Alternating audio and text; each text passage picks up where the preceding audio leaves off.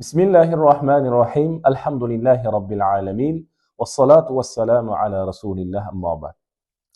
Oilaviy munosabatlarga doir masalalardan biri taloq mavzusi.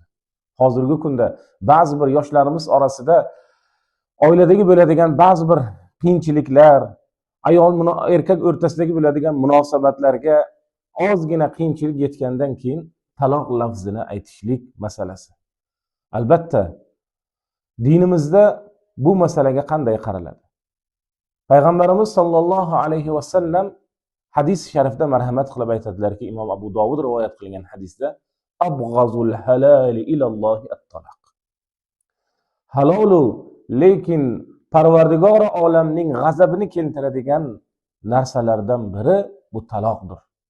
Taloq aytishlik ila Alloh taoloning arshi larzaga keladi.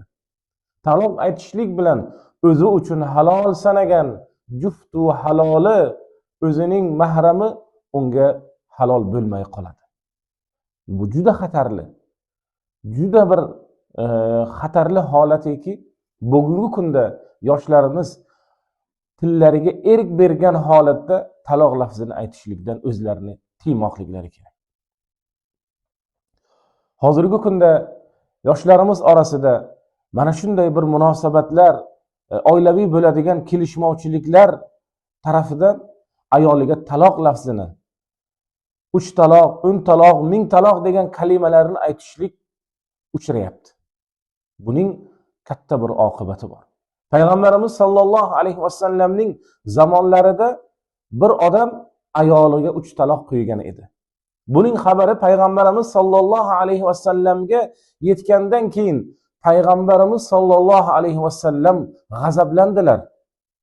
g'azablandilar va aytdilarki, men sizlarning ichingizda bo'la turib, sizlar Alloh taoloning kitobi bilan o'ynashasizlarmi deb shunchalik darg'azab bo'ldilar.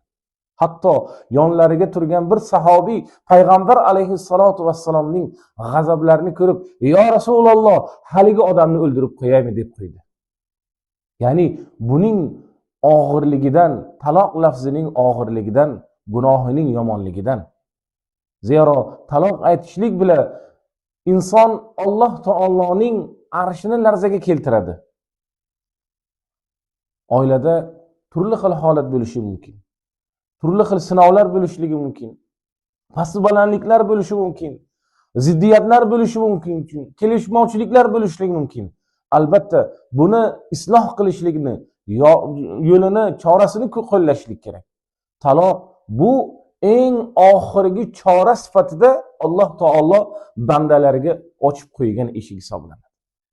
Lekin buni hamma o'rinda, har qanday holatda taloq lafzini tilga aytib berishlik bu Alloh taoloning g'azabini, Parvardigor olamning qahrini olib kelishligi mumkin ekan.